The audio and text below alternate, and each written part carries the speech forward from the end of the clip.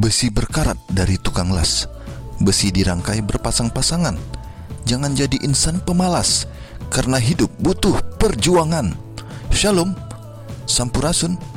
Saudaraku dalam nama Yesus, kita bertemu lagi dalam renungan malam hari ini, Senin tanggal 4 Mei 2020.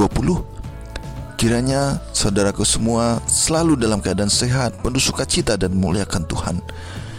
Mari kita mulai ibadah kita dengan berdoa. Terima kasih Tuhan untuk segala yang terbaik yang Tuhan sudah berikan dalam hidup kami hari ini. Biarlah nama-Mu kami sembah Tuhan. Biarlah segala sesuatu yang kami alami membawa kami lebih dekat padamu, menikmati dengan penuh rasa syukur apapun yang terjadi. Dan biarlah kami memuliakan Engkau selalu Tuhan hari ini sampai selama-lamanya. Biarlah Bapa, hidup kami hanya untuk kemuliaan-Mu saja. Dalam nama Yesus Tuhan dan Penebus kami berdoa dan mengucap syukur selalu. Amin. Saudaraku, kita akan mempelajari firman Tuhan dengan membaca ayat-ayat yang sudah disiapkan yang akan dibahas dalam renungan malam ini nanti. Ayat-ayat tersebut adalah yang pertama 1 Korintus 12 ayat 10. Kepada yang seorang roh memberikan kuasa untuk mengadakan mujizat, dan kepada yang lain ia memberikan karunia untuk bernubuat, dan kepada yang lain lagi ia memberikan karunia untuk membedakan bermacam-macam roh. Kepada yang seorang ia memberikan karunia untuk berkata-kata dengan bahasa roh, dan kepada yang lain ia memberikan karunia untuk menafsirkan bahasa roh itu. Berikutnya 1 Korintus 14 ayat 26. Jadi bagaimana sekarang saudara-saudara? Bila mana kamu berkumpul, hendaklah tiap-tiap orang mempersembahkan sesuatu, yang seorang mazmur, yang lain pengajaran, atau penyataan Allah, atau karunia bahasa roh, atau karunia untuk menafsirkan bahasa roh. Tetapi semuanya itu harus dipergunakan untuk membangun. Kemudian Yohanes 1 ayat 41. Andreas mula-mula bertemu dengan Simon saudaranya, dan ia berkata kepadanya, kami telah menemukan Mesias, artinya Kristus. Selanjutnya Yohanes 9 ayat 7. Dan berkata kepadanya, pergilah, basuhlah dirimu dalam kolam Siloam. Siloam artinya yang diutus. Maka pergilah orang itu, ia membasuh dirinya lalu kembali dengan matanya sudah melek. Ayat berikutnya Kisah Para Rasul 9 ayat 36. Di Yope ada seorang murid perempuan bernama Tabita, dalam bahasa Yunani Dorcas. Perempuan itu banyak sekali berbuat baik dan memberi sedekah. Yang terakhir Lukas 24 ayat 27. Lalu ia menjelaskan kepada mereka apa yang tertulis tentang dia dalam seluruh kitab suci, mulai dari kitab-kitab Musa dan segala kitab nabi-nabi. Itulah ayat Alkitab yang kita akan bahas malam ini dalam pelajaran dengan judul penerjemahan dan penafsiran. Saudaraku yang dikasihi Tuhan, Alkitab ditulis dalam bahasa yang sangat kuno.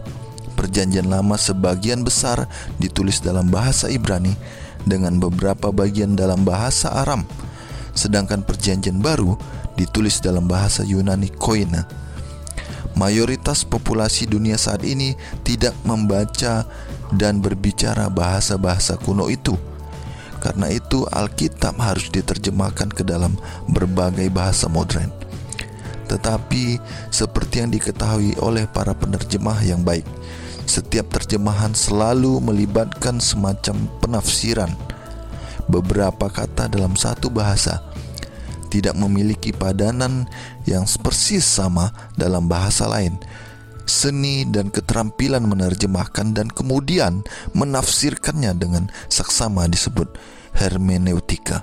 Kita sudah baca tadi 1 Korintus 12 ayat 10, 1 Korintus 14 ayat 26, Yohanes 1 ayat 41, Yohanes 9 ayat 7, Kisah Para Rasul 9 ayat 36, dan Lukas 24 ayat 27. Dalam semua ayat-ayat di atas, kita melihat gagasan penafsiran dan terjemahan. Dalam Lukas 24 ayat 27, bahkan Yesus harus menjelaskan arti kitab suci kepada para murid. Apakah yang dikatakan hal ini kepada kita tentang pentingnya penafsiran? Kata Yunani hermeneuo, yang darinya kita memiliki kata hermeneutika atau penafsiran Alkitab, berasal dari kata dewa Yunani Hermes. Hermes dianggap sebagai utusan dan juru kabar para dewa. Karena itu bertanggung jawab untuk menerjemahkan pesan-pesan para dewa kepada manusia.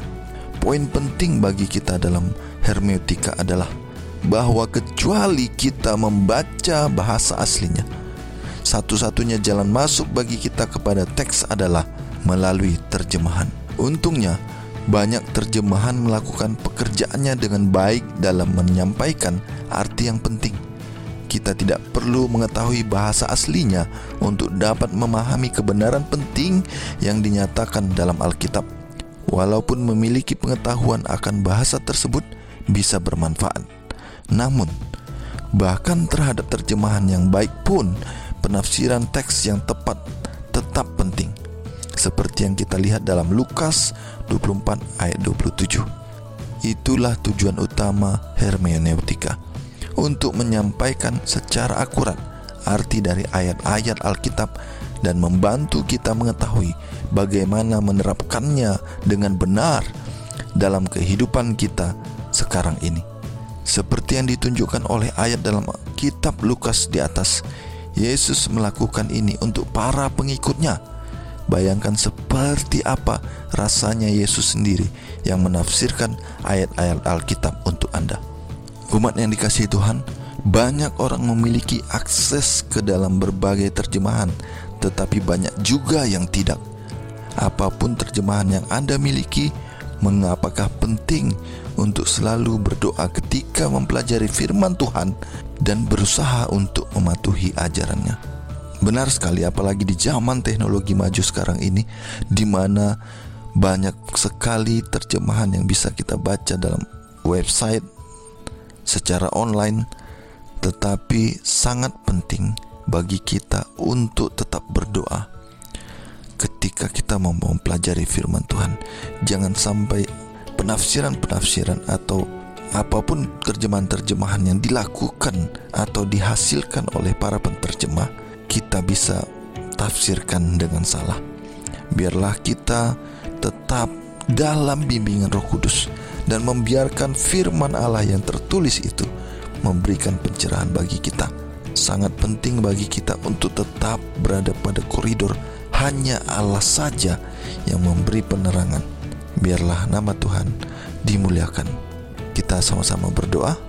Terima kasih Tuhan untuk segala firman yang Tuhan berikan, dan firman pada hari ini membawa kami pada pemahaman bahwa penterjemahan itu sangat penting dan ditafsirkan dengan cara yang tepat. Biarlah Tuhan kami dibimbing, diarahkan oleh kuasa-Mu Roh Kudus untuk semakin giat, semakin mengerti, semakin semangat untuk mendapatkan terjemahan yang sesuai dengan kehendak-Mu Bapa.